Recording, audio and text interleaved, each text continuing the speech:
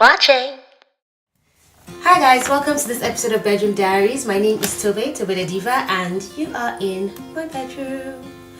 So we are going to go into the other room. Those three words have become a thing in Nigeria in recent times, and it's really exciting. I was hoping that it wasn't going to be something that would be dropped and forgotten, and that Nigeria was going to jump on it the way everyone jumped on Donald Trump and his cat attack. So it's exciting to find that Nigerians are talking about it, but I've had some time to think, and I would just like to point out a few things. Let's start from the very beginning. The president's wife gave an interview to an international media platform in which she pretty much said that she did not have a lot of faith in her husband's governance and that she wasn't going to support him if things didn't get better. Every Nigerian has something to say about governance these days, especially with the state of the economy in Nigeria. Some people have good things to say, some people have bad things to say, some people try to see the silver lining, others only see the dark at the end of the tunnel. Now, when a person who is supposed to be your right-hand person expresses disbelief and lack of faith in your abilities, how do you feel? How do you react? What does that do for you or to you? What does that do to your reputation? So now let's think about what she has done, not just as a citizen of Nigeria, but as the wife of the president. Yes? I feel like it was inappropriate to go out and just say things like that about your husband. It's not a question of whether or not she told the truth, but it is more about the fundamentals of a family. Within your family, aren't you supposed to protect each other, keep each other safe, protect each other from public ridicule? When things are going wrong in your family, you pack it together, handle it within the family, and come out looking like one packaged, well put together family, right? So what does that say for family values? Especially knowing that there are so many people who will base their opinion on this man, on what she has to say about him. When her interview was released, there were people who said, if my wife tries that, I will send out of the house. There was mixed feelings about it. And on one hand, you're saying, oh yeah, the first lady is being honest and she is really saying what she feels about the state of the country. And on the other hand, you're seeing a woman who has, in some words, betrayed her husband. I'm not married, so I cannot say that I know where the shoe pinches. However, I don't think that I'm going to come out to the media and publicly bash my husband, assuming I marry someone who the media cares about. It's not even about a wife doing to a husband. I don't think a husband should do that to the wife. It's just not something that you should do to a person who you have declared as your significant other. It's also the same thing about a child doing it to his father or his mother. When people are put together by family, by blood, there is a certain level of protection that you expect. I feel like it is a fundamental value for families. It's not something you take for granted, but it is something that is, and you respect it. You might complain about your family to people who are close to you, to friends, but then going out and exposing your family or a member of your family to a lot of public ridicule when they are already exposed to that ridicule by virtue of their position, I feel like it's doing a little too much, no matter how honest and right you are trying to be. And then let's move on to the president's response. Two wrongs don't make a right. She did something that in some quarters could be considered inappropriate. But then his response just, poured sand inside the garri. I feel like there's so many ways he could have responded to that situation that would not have made it become a feminist cry. It wouldn't have degenerated into a battle of where does a woman belong, should a woman go to the other room, kitchen, and all of those things that we're talking about now. He could have handled it in such a way that he could have come out still being the ultimate man. His response absolutely mattered, and he just did not address that situation properly. And then he gave the second interview that just kind of like nailed the coffin. It's almost like that saying, when it rains, it pours. It just was not going to stop. I feel that in itself is a big problem. If in this day and age, you're not able to recognize what battles to fight and what battles to not fight, and the ways in which to fight these battles, it does really put a question on a person's ability to lead. Do you not think?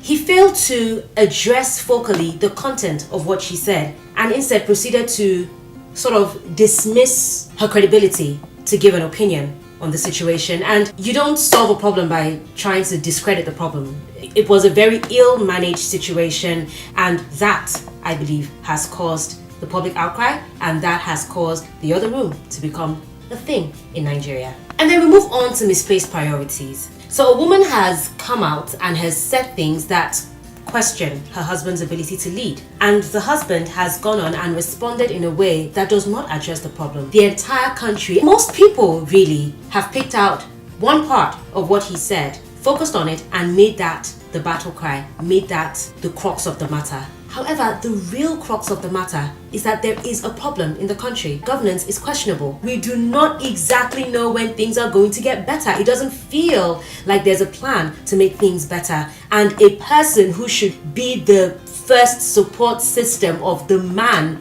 who should set this direction has said that she's not confident. So shouldn't that be the conversation? However, the conversation though is whether or not a woman should cook for her husband, whether or not a woman should be in the living room, and whether or not a woman should be in the other room. Misplaced priorities. I'm guilty. I'm very guilty as well, because when you see that sort of thing, the first thing that enters your head is, how can someone in 2016 say that a woman belongs to the kitchen? And really, how can someone say that? But then that is not the most important conversation to be having based on the events that have taken place. The initial thing dropped several bombs, several important bombs, but somehow those bombs have been disregarded and has been taken over by knockouts. That's how I see it. The nation should be talking about governance, but the nation is talking about the role of a woman. So we left gold and decided to focus on bronze, perhaps. Misplaced priorities. Let's go into this role of a woman. So a woman belongs to the kitchen, a woman belongs to blah blah blah, yada yada yada. I'll probably do a vlog on feminism and stuff that I think about feminism. But the first thing that I want to say is this is actually more for women than for men. It's for everybody. Let us dissociate feminism with a battle, because it's not fight. Every time something comes up about a woman's role or a woman's place, it feels like there's a palpable battle going on, especially on social media, on Twitter and Instagram.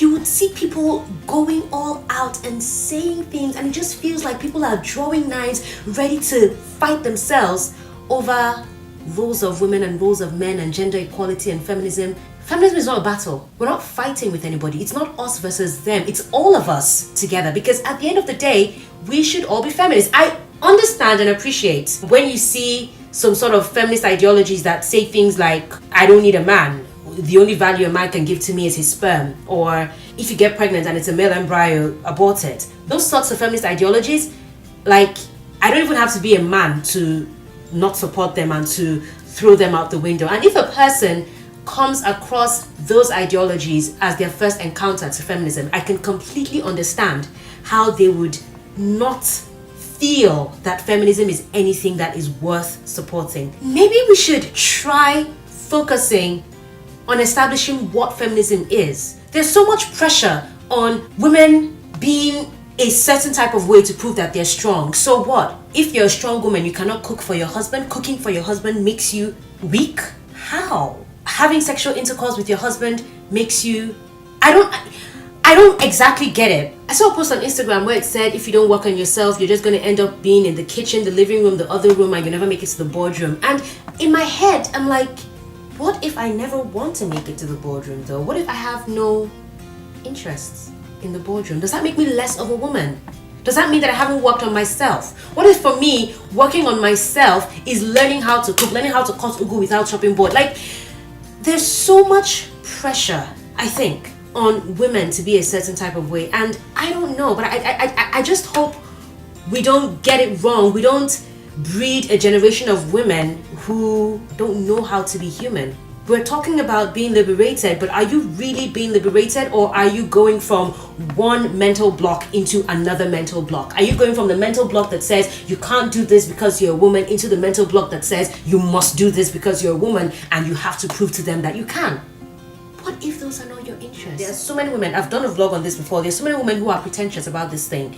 You know, you're out there saying you don't need a man, you don't want a man, but meanwhile in your heart, what you really want with your life is to be a wife, to even just be a housewife and have that man that is taking care of you and, you know, treating you like a baby girl, and you will be happy. That is really what will make you happy. But then you're out there, because everybody says you have to be a strong woman, you have to be a go-getter, you have to be an entrepreneur, you're stressing and pushing yourself to attain things that you do not really want to attain. That's not feminism. Feminism for me is knowing who you are, making decisions based on who you are, not based on your sex, not based on well, you have to bring in your financial situation, because there are just some things you can't do without your financial consideration, but certainly not letting that hold you back. Do what you want to do. Live the life that you choose to live. If you decide that your role in your home is to be in the kitchen and be in the living room and be in the other room, by all means, go right ahead. If that doesn't work for you, then it doesn't work for you, but you shouldn't go out and cry wolf because other women are choosing to live their lives that way. I'll do another vlog on this whole feminism thing later, but then I feel like that's really the most important thing. Let's take away the battle cry from feminism. It's not a war, and let us really reassess this other room situation that is so big in Nigeria right now. The other room and the kitchen and the living room, I can understand why people are jumping on it and having that conversation. I jumped on it as well, but maybe it's time for us to refocus on what really is the core of these series of events. That is, the wife of the president has shown that there is a lack of faith in the president's leadership. What do we do about that situation? Well, that's it on this episode of Bedroom Diaries. I will see you again next time. Do not forget to follow me on social media at Tobeda Diva on Instagram, Snapchat, Twitter, and Facebook. And please subscribe to my channel. See you next time on Bedroom Diaries.